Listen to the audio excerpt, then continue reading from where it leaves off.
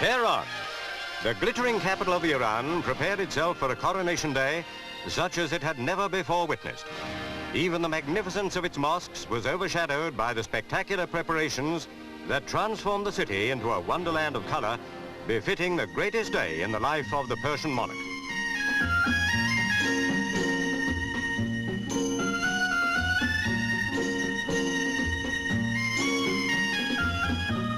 And so, as night fell on Coronation Eve, 4 million lights shone in Tehran streets.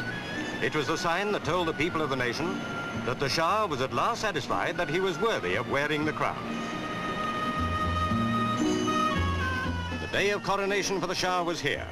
In brilliant sunshine, guests waited in the gardens of the Palace of the Garden of Roses.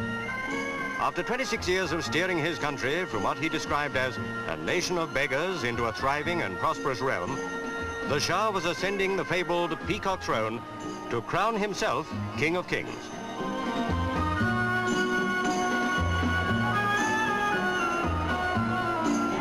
But 2,000 miles away, a few days later, on a grey October day in London at Buckingham Palace, a British scene of pageantry was reenacted.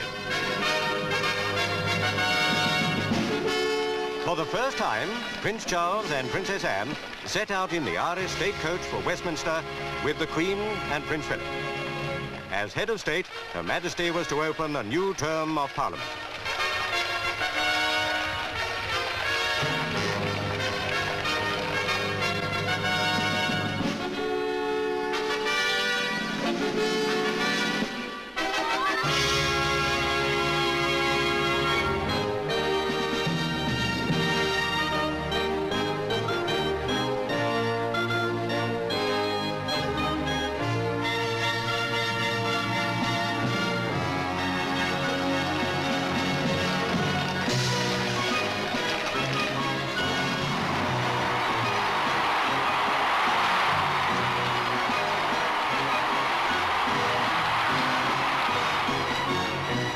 What a proud day it was for the Queen and her husband, and indeed for the nation, to realize that Prince Charles and his sister had reached an age when they could take part in such an important ceremony.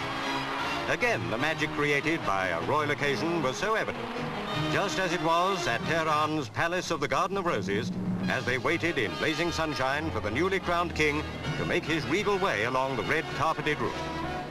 The 48-year-old Shah proudly wore the Pahlavi crown, heavy with its 3,380 diamonds.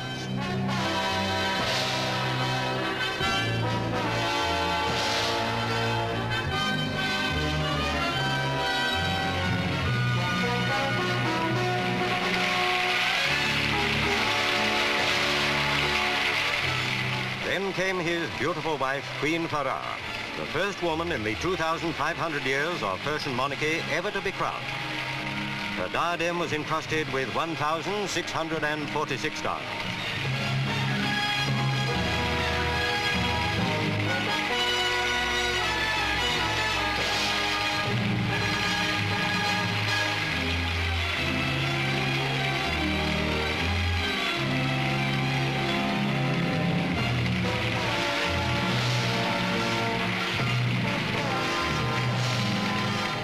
Queen Farah was magnificent.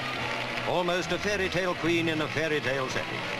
Her green cape, with its 26-foot train, was edged in white mink.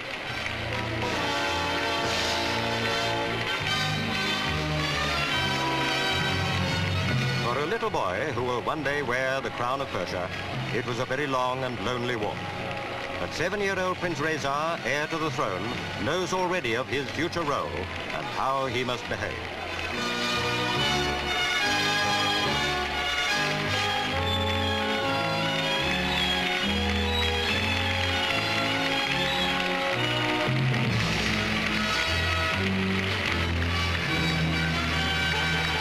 As his guests looked on, the Shah and his queen prepared to show themselves to their people.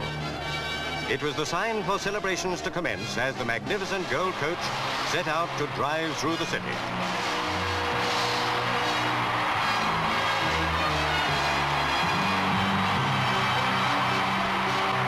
Young Prince Reza followed in his own coach.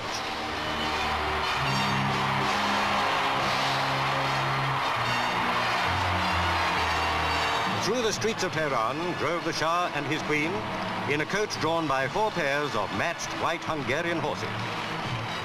For the crowd, the Shah was more than a king. He was the man who had achieved a program of social and economic reform unparalleled in the nation's history. They honored him as such.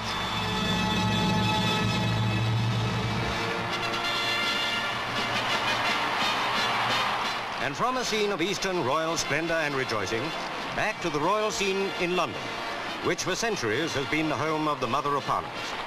Preceded by the imperial state crown, Her Majesty, for the 14th time during her reign, made the royal journey past thousands of her subjects to the House of Lords to make her speech to members of both houses and set the wheels of government in motion once more.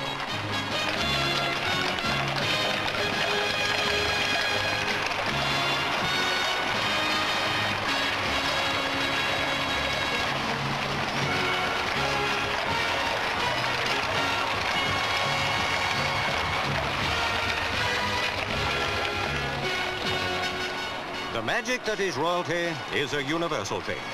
In Teheran, a king was crowned. In London, a queen performed her duty.